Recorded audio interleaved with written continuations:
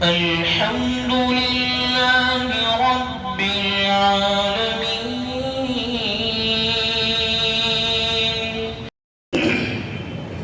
السلام عليكم ورحمة الله وبركاته. الحمد لله نحمده ونستعينه ونستغفره ونؤمن به ونتوكل عليه ونعوذ بالله من شرور أنفسنا ومن سيئات أعمالنا. من يهده الله فلا مضل له ومن يضلله فلا هادي له. ونشهد أن لا إله إلا الله وحده لا شريك له. ونشهد أن سيدنا وحبيبنا ونبينا ومولانا محمدا عبده ورسوله صلى الله على النبي وعلى آله وأصحابه وأزواجه وذرياته وسلم تسليما كثيرا كثيرا. أما بعد، قال الله تبارك وتعالى في القرآن المجيد والفرقان الحميد: أعوذ بالله من الشيطان الرجيم. بسم الله الرحمن الرحيم. وقل للمؤمنين يغضوا من أبصارهم ويحفظوا فروجهم. صدق الله العظيم. وقال النبي صلى الله تعالى عليه وسلم: الحياء شعبة من الإيمان، أو كما قال عليه الصلاة والسلام. اللہ رب العزت کا انتہائی احسان و کرم ہے کہ اس نے ہم سب کو اپنی عبادت کے واسطے جمع فرمایا اور دین کی بات سننے کی اور سنانے کی توفیق عطا فرمائی. اللہ سے دعا ہے کہ اللہ ہمارا یہاں پر جمع ہونا اور بیٹھنا اور عبادت کرنا اللہ رب العزت اس کو قبول فرمائے، اور جو کچھ کہا جائے سنا جائے اللہ ہم سب کو اس کو اپنی زندگی میں لانے کی اور اس پر عمل کرنے کی توفیق عطا فرمائے. معزز سامعین اکرام،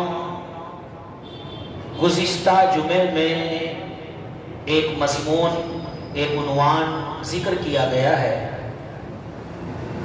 گزشتہ جمعے میں حیا کے تعلق سے، شرم کے تعلق سے، پاک دامنی کے تعلق سے ذکر کیا گیا ہے، لیکن ابھی اس کے کچھ حصے، کچھ چیزیں باقی ہے جن کو انشاءاللہ آج ذکر کیا جائے گا، اور اسی کے تعلق سے کچھ مسائل ہیں، شرم و حیا کے تعلق سے، پاک دامنی کے تعلق سے کچھ مسائل ہیں جو ہمیں جاننے نہایت ضروری ہے.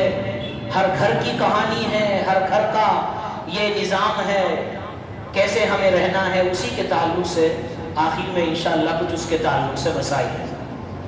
قرآن مقدس میں اللہ رب العزت نے ارشاد فرمایا: قل للمؤمنین یغضوا من ابصارہم، جس کے تعلق سے اکثر گفتگو ہو چکی ہے. اب یہاں پر یہ خلاصہ ہمیں یاد رکھنا چاہیے کہ اہل ایمان اور اہل اسلام کا شیوا اور طریقہ اور ان کا اوڑھنا اور بچھونا، جہاں عبادات، اطاعت، فرما برداری، جہاں اور چیزیں ہیں، وہیں پر سب سے اہم حیا اور شرم ہونی چاہیے. ہر مومن کے دل میں، ہر مومن کے ذہن میں، ہر مومن کے خیالات میں، ہر مومن کی زندگی میں حیا کو اپنا اوڑھنا بچھونا بنانا چاہیے. یہی اس کے مسلمان اور کامل مومن، مکمل مومن ہونے کی علامت ہے. جس کے اندر حیا نہیں، اس کے اندر غیرت نہیں. اور اہل اسلام، اہل مومن کے اندر غیرت ہونی چاہیے. رسول اکرم صلی اللہ علیہ وسلم کا ارشاد ہے: اے لوگو، میں تم میں سب سے زیادہ باحیا ہوں، سب سے زیادہ شرمدار ہوں، سب سے زیادہ غیرت والا ہوں. یہ اپنی امت کو گویا کہ یہ تعلیم دینی تھی کہ تم اپنی زندگی میں حیا کو داخل کرو جس طرح میرے اندر دیکھتے ہو. تم اپنی زندگی میں پاک دامنی کو شامل کرو جس طرح مجھے دیکھتے ہو. تم اپنے ظاہر کو اپنے باطن کو سنوارنے کی کوشش کرو. اپنی آنکھوں کی حفاظت اپنی شرمگاہوں کی حفاظت کرو جس طرح کہ تم مجھے دیکھتے ہو. یہ گویا کہ رسول اللہ صلی اللہ علیہ وسلم کا فرمان ہے. اور ہمیں یہ بات سمجھ لینی چاہیے بغیر حیا کے، بغیر شرم کے، بغیر پاک دامنی کے ایمان کی حلاوت نہیں مل سکتی. ایمان کی لذت کیا ہوتی ہے، ایمان کا مزہ کیا ہوتا ہے، ایمان کی چاشنی کیا ہوتی ہے، اس کے اندر کیا کیا لذتیں ہیں، وہ بغیر شرم و حیا کے انسان کو حاصل نہیں ہو سکتی. جس کے اندر حیا نہیں اس کی ایمان کی حلاوت نہیں. جس کے اندر حیا نہیں عبادتوں میں مزہ نہیں. جس کے اندر حیا نہیں ایمان عبادتوں کے اندر لطافت نہیں. عبادتوں کے اندر نورانیت نہیں. عبادتوں کے اندر لذت نہیں. عبادتوں کے اندر وہ مزہ نہیں. عبادتوں کے اندر لطافت پانی ہے. عبادتوں کے اندر نورانیت پانی ہے. عبادتوں کو ایسے ادا کرنا ہے جیسے اللہ چاہتا ہے. تو اس کے لیے ضروری ہے کہ ہم پاک دامن زندگی گزارے. ہمارے اندر شرم کا مادہ ہونا چاہیے، ہمارے اندر حیا کا مادہ ہونا چاہیے، ہماری زندگی کا اوڑھنا بچھونا حیا ہونا چاہیے. بغیر اس کے عبادتوں کا مزہ نہیں مل سکتا. بغیر حیا کے ایمان کی حلاوت نہیں مل سکتی. بغیر شرم کے ایمان کا مزہ نہیں مل سکتا. بغیر حیا کے ایمان مکمل نہیں ہو سکتا. اللہ کے رسول صلی اللہ علیہ وسلم نے مشہور حدیث ہے ذکر فرمایا، الحیاء شعبۃ من الایمان. ایمان کے بہت شعبے ہیں، ایمان کے بہت شعبے ہیں. انہی میں سے حیا بھی ایمان کا حصہ ہے. حیا بھی ایمان کا شعبہ ہے. جو انسان یہ کہے کہ حیا کا تعلق ایمان سے نہیں، حیا کا تعلق اسلام سے نہیں، حیا کا تعلق قرآن سے نہیں، حیا کا تعلق اسلام سے نہیں، حیا کا تعلق حدیث سے نہیں، وہ سمجھ لینا چاہیے کہ اس کے ایمان کامل اور مکمل نہیں ہے. اس کو اپنے ایمان کی فکر کرنی چاہیے. بہرحال ہمیں یہ پیغام ملتا ہے کہ ہم اپنے ظاہر کو بھی باحیا بنائیں، اپنے باطن کو بھی باحیا بنائیں. ظاہر کا حیا کیا ہے؟ اپنی آنکھوں کی حفاظت، شرمگاہوں کی حفاظت، اپنی ہاتھوں کی حفاظت، اپنے جسم کی حفاظت، یہ ظاہر کی حیا ہے. باطن کی حیا یہ ہے برے خیالات کو نکال دیا جائے، بری چیزوں کو دل سے نکال دیا جائے، ذہن سے بری چیزوں کو نکال دیا جائے. یہ باطن کی پاکی ہے. ہمیں ظاہر کو بھی پاک کرنے کا حکم دیا گیا، باطن کو بھی پاک کرنے کا حکم دیا گیا.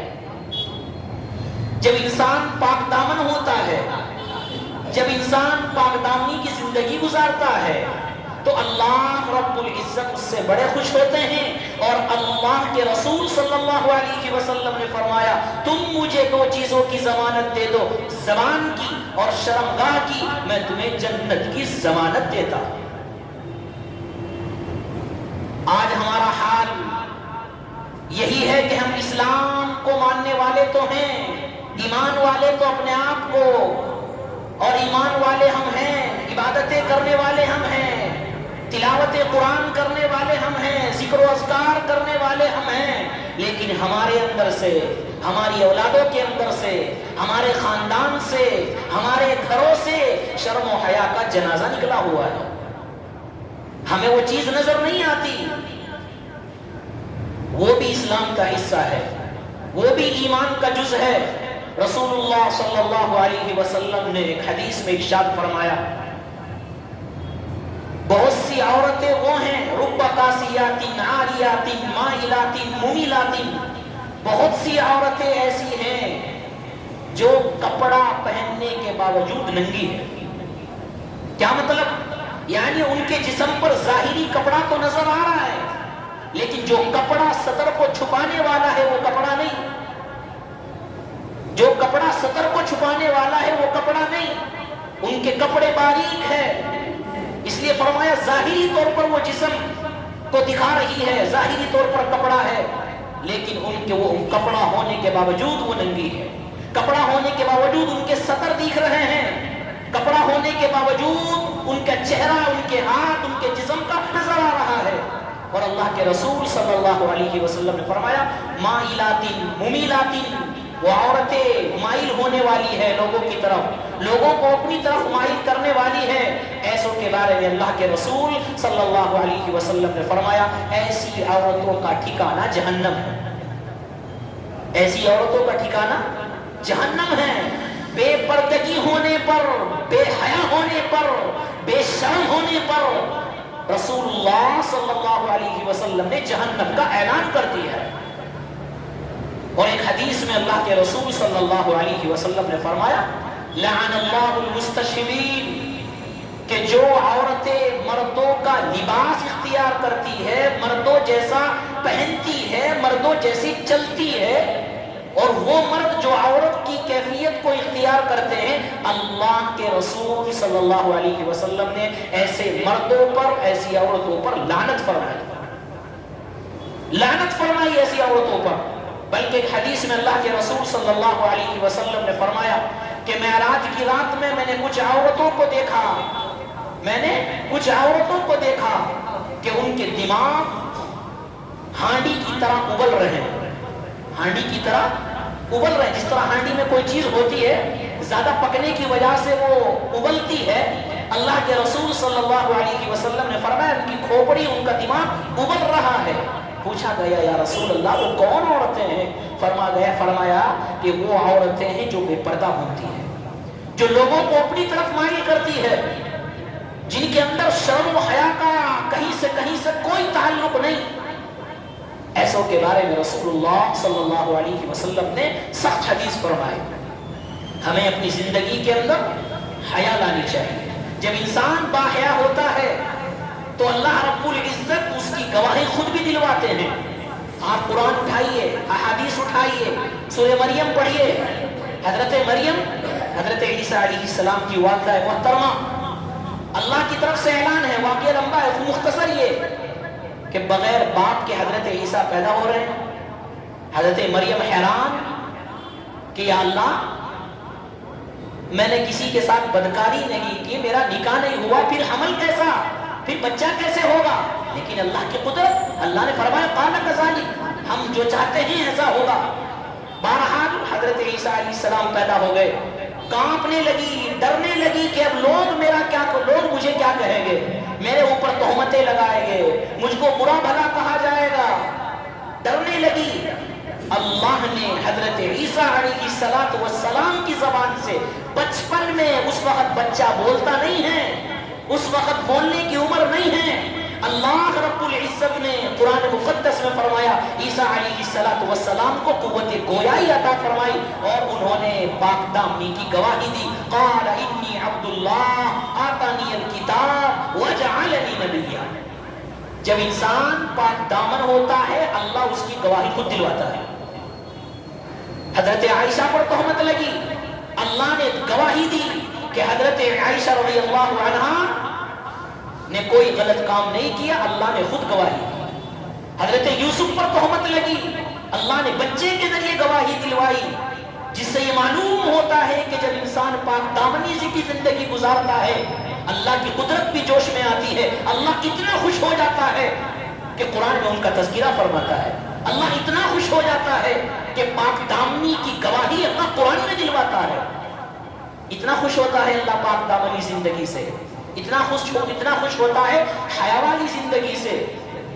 کتابوں کے اندر حضرت سعد بن ابی وقاص اور بعض کتابوں کے اندر عبیدہ بن جراح رضی اللہ عنہ کا تذکرہ فرمایا کہ جہاد کے لیے نکلنے کا ارادہ ہے، جہاد کے لیے نکلنے کا ارادہ ہے۔ کافروں کو، منافقوں کو معلوم ہوا کہ حضرت عمر کا دور چل رہا ہے، سعد بن ابی وقاص اور ان کا لشکر آ رہا ہے، ان کا اسلام کیسے نوچا جائے، ان کو اپنے قبضے میں کیسے کیا جائے۔ ان منافقوں نے، کافروں نے اپنی عورتوں کو باہر نکال دیا اور یہ سوچا کہ جب لشکر یہاں سے گزرے گا اور یہ حسین اور جمیل عورتوں کو پر ان کی نظر پڑے گی تو وہ ہمارے قبضے میں آ جائے گا، پھر ہمارے شہروں کو اور ہمارے اس قصبے کو فتح نہیں کر پائے گا۔ چنانچہ انہوں نے اپنی عورتوں کو باہر نکالا۔ حضرت سعد بن ابی وقاص رضی اللہ عنہ کو معلوم ہوا کہ ایسا معاملہ ہے، تمام صحابہ اکرام کو بلا کر ایک آیت سنائی، کون سی؟ وَقُلْ لِلْمُؤْمِنِينَ يَغُضُّوا مِنْ أَبْصَارِهِمْ وَيَحْفَظُوا فُرُوجَهُمْ ذَلِكَ أَزْكَىٰ لَهُمْ۔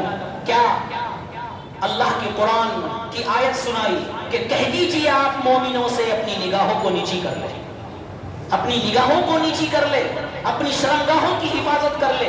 قرآن کریم کی یہ آیت صحابہ اکرام کو سنائی۔ صحابہ اکرام کا لشکر سعد بن ابی وقاص کے ساتھ جا رہا ہے، لشکر راستے سے گزر گیا، لڑکیاں دونوں طرف کھڑی ہے لیکن کسی نے اوپر نظر نہیں کی، بلکہ بعض کتابوں کے اندر یہاں تک لکھا ہے کہ جب وہ لشکر اپنے مقام پر پہنچا تو پوچھنے والے نے پوچھا کہ جس بستی سے تم گزر کر آئے ہو وہاں کی عمارتیں کتنی بڑی تھی، وہاں کے مکانات کتنے بڑے تھے؟ تو انہوں نے عرض کیا کہ ہم نے مکانات کو بھی نہ دیکھا، ہم نے اپنی نظروں کو اوپر نہ اٹھایا۔ پوچھا کیوں؟ اس لیے کہ قرآن کریم کی آیت ہمارے کانوں کے اندر پڑ چکی تھی، ہمیں قرآن کریم کی آیت سنائی گئی تھی جس میں قرآن میں اللہ نے فرمایا اے مومنوں اپنی نگاہوں کی حفاظت کرو، اپنی نگاہوں کی حفاظت کرو، اپنی نگاہوں کو نیچے رکھو۔ ہم نے خدا کی قسم نہ کسی مکان کی طرف دیکھا، نہ کسی عورت کی طرف دیکھا، نہ دائیں طرف دیکھا، نہ بائیں طرف دیکھا۔ ہمیں جو حکم ہوا تھا کہ نیچی نگاہ کر کے چلتے رہنا، ہم اسی کے مطابق آئے، ہم نے اوپر اٹھا کر نہیں دیکھا۔ یہ ہے شرم و حیا، یہ ہے اسلام پر عمل، یہ ہے ایمان، یہ ہے اللہ پر یقین، یہ ہے اللہ پر توکل۔ جب انسان اس طرح کی زندگی گزارتا ہے، با حیا ہو کر، شرمدار ہو کر زندگی گزارتا ہے، اللہ کی مدد شامل حال ہوتی ہے، اللہ کی مدد حاصل ہوتی ہے۔ کتابوں کے اندر خواجہ عبد المالک صدیقی رحمت اللہ علیہ کے بارے میں لکھا ہے کہ ہر وقت جب سفر میں جاتے تھے، راستے میں جاتے تو چھاتا ساتھ میں رکھتے تھے۔ اس دور میں جو چھاتا ہوگا، کسی نے پوچھا بارش کے زمانے میں چھاتا ہے، سمجھ میں بات آتی ہے، گرمی کے زمانے میں دھوپ سے بچنے کے لیے چھاتا ہے، بات سمجھ میں آتی ہے، لیکن سردیوں کا زمانہ چل رہا ہے، دھوپ بھی نہیں ہے، پھر بھی آپ چھاتا لے کر چل رہے ہیں۔ کسی نے پوچھا حضرت کیا مسئلہ ہے، یہ چھاتا کیوں ہے؟ اب تو گرمی نہیں ہے، بارش نہیں ہے، برسات نہیں ہے، کیا مسئلہ ہے؟ خواجہ عبد المالک صدیقی رحمۃ اللہ علیہ نے فرمایا میرے چھاتا لینے کا مقصد جہاں بارش سے بچنا، دھوپ سے بچنا ہوتا ہے، میرے چھاتا لینے کا مقصد یہ ہے کہ جب مجھے نظر آتا ہے کہ کوئی غیر محرم آ رہی ہے، میں اپنی چھتری، اپنا چھاتا اس کی طرف کر لیتا ہوں تاکہ اس کی نظر میرے اوپر نہ پڑے اور میری نظر اس کے اوپر نہ پڑے۔ ان لوگوں کا تقویٰ دیکھیے کہ ایک ڈھال اس لیے لے رکھی ہے کہ میری نظر نہ پڑ جائے اور اس کی نظر میرے اوپر نہ پڑ جائے۔ اتنا شرم و حیا، اتنی پاک دامنی کی زندگی اور اتنی عفت والی زندگی ان لوگوں کے اندر تھی، اور پھر اللہ نے وہ مقام دیا ہے جو انسان سوچ بھی نہیں سکتا۔ اللہ نے وہ عزتیں دی ہے، اللہ نے وہ کام لیا ہے۔ جب انسان باحیا ہوتا ہے، شرمدار ہوتا ہے، اللہ زندگی کے اندر برکتیں رکھتا ہے، اللہ رزق کے اندر برکتیں رکھتا ہے، اللہ گھروں کے اندر برکتیں رکھتا ہے، اللہ تکالیف کو ختم کرتا ہے، پریشانیوں کو ختم کرتا ہے، اور اللہ خوش ہوتا ہے۔ تو ہمیں مسلمانوں کو، اہل مومن کو یہ چاہیے کہ اپنی زندگی کے اندر حیا اور شرم اور پاک دامنی کی زندگی گزاریں۔ حیا کے تعلق سے جیسا گزشتہ ہفتے بھی اس کا ذکر کیا گیا تھا، ہمارے دیار میں اور ہمارے مسلم معاشرے میں ہر گھر کی کہانی ہے۔ گھروں میں ہمیں بے احتیاطی، بدگمانی اور بد نظری یہ عام طور پر ہو رہا ہے۔ اسی کے تعلق سے آپ 2-3 چیزیں ذکر سنیں اور پھر اپنی زندگی کو دیکھیں۔ ہمیں اس سب سے پہلے یہ سمجھنا چاہیے کہ جو رشتے حرام ہوتے ہیں وہ 3 طرح کے ہوتے ہیں۔ قرآن مقدس میں اس کا ذکر ہے، میں خاص آپ کے سامنے ذکر کروں گا۔ ہم سب کو معلوم ہے ایک رشتہ وہ ہوتا ہے جو نسب کی وجہ سے حرام ہوتا ہے. مثلا انسان پر اس کی ماں سے نکاح کرنا حرام، بیٹی سے نکاح کرنا حرام، بہن سے نکاح کرنا حرام، بھتیجی سے بھانجی سے نکاح کرنا حرام. ہم سب کو معلوم ہے یہ وہ رشتہ ہے جو نسب کی وجہ سے حرام ہوا ہے. حرمت علیکم قرآن کا ذکر کیا ہے. سمجھ گئے؟ دوسرا مسئلہ کیا ہے؟ بعض مرتبہ حرمت جو ثابت ہوتی ہے وہ رضاعت کی وجہ سے ثابت ہوتی ہے. کیا مطلب رضاعت کا؟ رضاعت کا مطلب ہے کہ دودھ پینے کی وجہ سے حرمت ثابت ہو جاتی ہے. مطلب کسی نے اب والدہ کا تو مسئلہ الگ ہے، کسی نے کسی دوسری عورت کا دودھ پیا، جیسے پہلے زمانے میں ہوتا تھا. اللہ کے رسول صلی اللہ علیہ وسلم نے خود حضرت حلیمہ کا دودھ پیا ہے. تو اگر کسی عورت کا دودھ پیا ہے بچپن میں، یعنی جو شیرخوار کا زمانہ ہے، دودھ پینے کا زمانہ ہے، تو اس دودھ پینے کی وجہ سے اس کے درمیان بھی حرمت ثابت ہو گئی. کیا مطلب؟ یعنی اب دودھ پینے کی وجہ سے جس کا دودھ پیا ہے وہ بھی ماں کے درجے میں چلی گئی، وہ بھی گویا کہ ماں کے درجے میں چلی گئی. کیا مطلب ماں کے درجے کا؟ ماں کے درجے کا مطلب یہ ہے کہ نہ اس سے نکاح ہو سکتا ہے، نہ اس کی بیٹی سے نکاح ہو سکتا ہے. سمجھ گئے؟ آپ کو اور سمجھانے کے لیے یہ سمجھ لیجئے کہ رسول اللہ صلی اللہ علیہ وسلم کے چچا ہے حضرت حمزہ. چچا ہے حضرت حمزہ. حضرت حمزہ رضی اللہ عنہ اور اللہ کے رسول صلی اللہ علیہ وسلم کے درمیان چچا کا بھی رشتہ ہے اور بھائی کا بھی رشتہ ہے، کیونکہ حضرت حمزہ نے اور رسول اللہ صلی اللہ علیہ وسلم نے ابو لہب کی باندی حضرت سویہ، ان کا دونوں نے دودھ پیا ہے. تو دونوں نے دودھ پیا ہے تو دونوں آپس میں کیا ہو گئے؟ بولو، بھائی ہو گئے. اب جب بھائی ہو گئے تو لہٰذا بھائی ہونے کی وجہ سے جس طرح عام حقیقی بھتیجی سے نکاح کرنا حرام ہے، رضاعی بھائی کی وجہ سے ان کی بھتیجی سے بھی نکاح کرنا حرام ہے. کتابوں کے اندر صحیح ستہ میں سب کتابوں میں احادیث ہے. آپ کے پاس حضرت حمزہ کی لڑکی کا نکاح کا پیغام آیا. حضرت حمزہ جو آپ کے دور شریک بھائی تھے، ان کے لیے ان کی لڑکی کا نکاح کا پیغام آیا. اللہ کے رسول صلی اللہ علیہ وسلم نے کہا کہ بھائی ان کی لڑکی سے نکاح کیسے ہو سکتا ہے؟ وہ میرے رضاعی بھائی ہے. جس طرح بھائی کی بیٹی سے یعنی بھتیجی سے، حقیقی بھتیجی سے نکاح نہیں ہو سکتا، اسی طرح رضاعی دودھ پینے کی وجہ سے جو بھائی شمار ہوا ہے اس کی لڑکی سے بھی نکاح نہیں ہو سکتا. حضرت حمزہ کی لڑکی سے نکاح کرنے سے رسول اللہ صلی اللہ علیہ وسلم نے منع کر دیا. سمجھ گئے؟ تو ایک تو جو رشتے حرام ہوتے ہیں نسبت کی وجہ سے، بیٹی ہے بہن ہے، ایک ہوتے رضاعت کی وجہ سے. تیسرا جو مسئلہ ہے جو سب سے اہم ہے، جو بتانا مقصود ہے، وہ ہے حرمت مصاہرت. کیا مطلب حرمت مصاہرت کا؟ حرمت مصاہرت کا خلاصہ یہ ہے کہ رشتہ ہونے کے بعد، داماد بننے کے بعد، بیوی کے آنے کے بعد جو سسرالی رشتہ کہلاتا ہے، کوئی سالہ بنتا ہے، کوئی نند بنتی ہے، کوئی سسر بنتا ہے، کوئی ساس بنتی ہے، یہ جو رشتہ ہوتا ہے اس رشتے کو کہتے ہیں حرمت مصاہرت. سمجھ گئے؟ اس کی وجہ سے سب سے پہلی بات ہمیں یاد رکھنی چاہیے، حرمت مصاہرت کا مطلب ایک یہ بھی ہے کہ ہمیں ان رشتوں کا احترام کرنا چاہیے، عزت کرنی چاہیے. لہذا اب کسی کا داماد ہے تو داماد کے لیے ضروری ہے کہ وہ اپنی ساس کی عزت کرے، اپنی سسر کی عزت کرے، اپنے سالوں کی جو ہماری زبان میں بولا جاتا ہے ان کی عزت کرے. اور بھی جو رشتے ہیں ساس کے لیے لازم ہے یا بہو کے لیے لازم ہے کہ وہ اپنے شوہر کی عزت کرے، اپنے سسر کی عزت کرے، اپنے دیور جیٹھ جو بھی ان کے خاندان میں ہیں ان کی عزت کرے. ہر ایک کی عزت کا، احترام کا حکم اہل اسلام نے اور مومنوں کو یہ دیا گیا ہے. اب یہ بات عام ہو گئی. اب ہمیں یہ سمجھنا چاہیے کہ اس کی وجہ سے کون سے رشتے حرام ہوتے ہیں اور کون سے رشتے حرام نہیں ہوتے. ہمیں یہ سمجھ لینا چاہیے کہ باپ نے جس عورت سے نکاح کیا، باپ نے جس عورت سے نکاح کیا یعنی ماں کہہ لی دوسرے لفظ کو، اس سے نکاح حرام ہو جاتا ہے، یہ ہم سب کو معلوم ہے. دامادیت میں آپ یہ یاد رکھیں کہ اگر یہ تمام ائمہ کے نزدیک میں بتا رہا ہوں، متفق علیہ مسئلہ ہے تمام ائمہ کے نزدیک، غور سے سننے کی بات ہے جو ہمارے درمیان میں عام طور پر ہو رہا ہے. سب تو نہیں لیکن 2%، 3%، 5% تو ہوتا ہے. آپ کو یہاں معلوم نہیں ہوگا، میں آپ کو بتاؤں گا. داماد نے اگر ساس سے زنا کر لیا، داماد نے ساس سے زنا کر لیا، زنا کرنے کی وجہ سے اس کی بیوی اس کے لیے ہمیشہ حرام ہو گئی.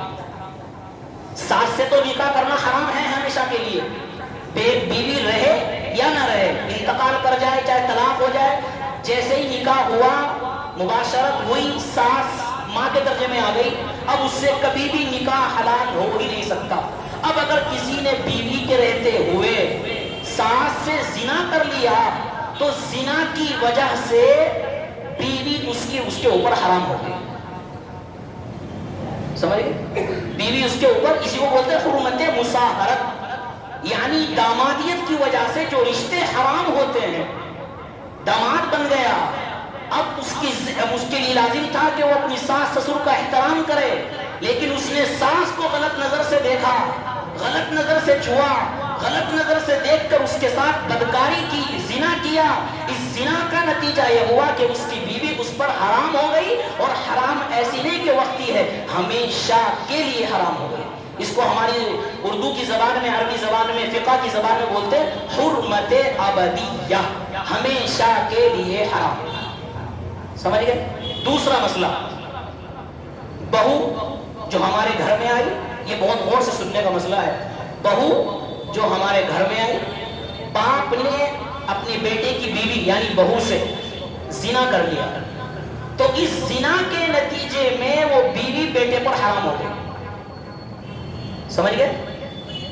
سسر نے اپنی بہو سے زنا کر لیا، اس زنا کے نتیجے میں بیٹے پر وہ بیوی ہمیشہ کے لیے حرام ہو گئی. کیوں؟ قرآن مقدس میں ہے وَلَا تَنْكِحُوا مَا نَكَحَ آبَاؤُكُمْ، کہ اگر تمہارے باپ نے جس سے نکاح کر لیا یا امام ابو حنیفہ کے نزدیک زنا کر لیا، تو زنا ہو یا وطی ہو یا نکاح ہو، اب لہٰذا وہ تمہاری ماں کے درجے میں ہے، اب وہ تمہاری، سمجھے؟ تو خیر اب بتانا مقصد یہ ہے کہ اس درجے میں یہ ہوا کہ اگر سسر نے اپنی بہو سے کیا کر لیا؟ زنا کر لیا، زنا کے نتیجے میں بیٹے پر بیوی ہمیشہ کے لیے حرام ہو گئی. تمام ائمہ، چاروں ائمہ کے نزدیک یہ مسئلہ متفق علیہ. سمجھ گئے؟ یہاں تک کہ امام ابو حنیفہ رحمۃ اللہ علیہ کے نزدیک تو یہاں تک ہے کہ اگر شہوت سے سانس کو چھو لیا بغیر کپڑے کے، چھو بھی لیا شہوت کے ساتھ، اس کا ہاتھ دبا دیا یا کوئی اور جسم کا حصہ دبا دیا، تو یا سسر نے اپنی بہو کو شہوت کے ساتھ چھو لیا، زنا نہیں کیا، چھو لیا جسم کا کوئی حصہ چھو لیا، امام ابو حنیفہ کے نزدیک اس سے بھی حرمت ثابت ہو جائے گی، یعنی چھونے سے بھی وہی حکم ہوگا جو زنا سے ہوگا. امام ابو حنیفہ رحمۃ اللہ علیہ کے نزدیک یہاں تک ہے. سمجھ گیا مسئلہ؟ آج ہم یہ سوچتے ہیں اس کا تعلق حیا سے ہے، اس لیے مسئلہ بتا رہا ہوں، شرم و حیا سے ہے. آج ہم یہ سوچتے ہیں آپ مدارس کے اندر جائے، بڑے بڑے مدارس کے اندر، مظاہر علوم یا دارالعلوم، بڑے بڑے وہاں کے دارالفتہ میں جائیے، آپ کو جو سوالات آتے ہیں ان میں سے بہت سے سوالات یہی ہوتے ہیں کہ میرے باپ نے میری بیوی کے ساتھ غلط نظریے سے مطلب وہ کر لیا، زنا کر لیا، اب میرے لیے کیا حکم ہے؟ اب ظاہر سی بات ہے، حکم کیا ہے؟ کیا وہ بیوی اس کے لیے ہمیشہ کے لیے حرام ہو گئی؟ ہمیں یہاں پر یہ سمجھ لینا چاہیے، ہم یہ سوچتے ہیں شریعت کے مسئلے بڑے ٹیڑھے ہیں یا بڑے سخت ہیں. شریعت کے مسئلے سخت ہیں کس کی بھلائی کے لیے؟ انسانوں کی بھلائی کے لیے. جب بیٹے پر کوئی بات آتی تو پتہ چلتا ہے، جب بیٹے کو پتہ چل جائے کہ میرے باپ نے میری بیوی کے ساتھ یہ کام کیا ہے، تو بیٹے کو غصہ کتنا آئے گا؟ بیٹا تو چاہے گا اپنے باپ کا قتل کر دے، چاہے گا نہیں چاہے گا؟ کون برداشت کرے گا اس بات کو؟ تو ان چیزوں کو بتانے کے لیے، ان چیزوں سے بچنے کے لیے شریعت نے مسئلہ ثابت کر دیا ہے کہ اگر ایسا کرو گے تو بیوی حرام ہو جائے گی، تاکہ انسان احتیاط کی زندگی گزارے، انسان اپنے آپ کو بچانے کی کوشش کرے. اور علماء نے یہ بھی فرمایا، ذکر بھی فرمایا اس بات کا کہ آج ہمارے دیار میں 30-40 سال کا زمانہ جو تھا وہ ایک الگ زمانہ تھا. اس وقت بہو کو بیٹی کی نظر سے دیکھا جاتا تھا، آج بھی ہے الحمدللہ، لیکن کچھ جاہلانہ گھر ایسے ہیں جہاں دینی تعلیم نہیں ہے، جہاں اللہ کا خوف نہیں ہے، جہاں اللہ کا ڈر نہیں ہے، وہاں پر ایسا مسئلہ عام طور پر ہو جاتا ہے، تو وہاں پر احتیاط کرنے کی ضرورت ہے۔ علماء نے یہ فرمایا کہ اگر جوان سسر ہے، جوان بیوی ہے، تو سسر کی خدمت بیوی نہ کرے۔ بہت سی جگہوں پہ کیا ہوتا ہے، نوجوان بیٹا ہے اپنی بیوی کو کہتا ہے میرے باپ کی مالش کر، میرے باپ کے قدم دبا، میری ٹانگیں دبا۔ بیٹے کے لیے لازم ہے اپنے باپ کی خدمت کرے، بیٹے کے اوپر واجب ہے اپنے باپ کی خدمت کرے۔ جوان باپ ہے، بیوی کو اگر کہہ رہا ہے، اگر کہیں اس نے غلط نظر سے چھو لیا، غلط نظر سے اس کو پکڑ لیا، زنا کر لیا، زندگی برباد ہو جائے گی، زندگی اجڑ جائے گی۔ یہ وہ مسئلے ہیں جو ہمیں سوچنے پر مجبور کرتے ہیں۔ چھوٹی سی غلطی ہم سے ہو گئی، زندگی برباد ہو گئی۔ کتنے گھر ایسے ہیں ابھی بھی، کتنے گھر ایسے ہیں جہاں پر یہ ہو چکا ہے، باپ نے بیوی کی بہو کے ساتھ یہ کام کر لیا، بیٹے کو معلوم ہو گیا، لیکن عزت کی خاطر چپ ہے، عزت کی خاطر چپ ہے۔ بدنامی ہو جائے گی میری، بدنامی ہو جائے گی میرے باپ کی، حالانکہ اب وہ زنا شمار ہو رہا ہے، اب وہ بیوی کے ساتھ جو رہ رہا ہے یا صحبت جو کر رہا ہے وہ زنا ہوگا، پوری زندگی زنا ہوگا۔ پہلے کہاں تھے؟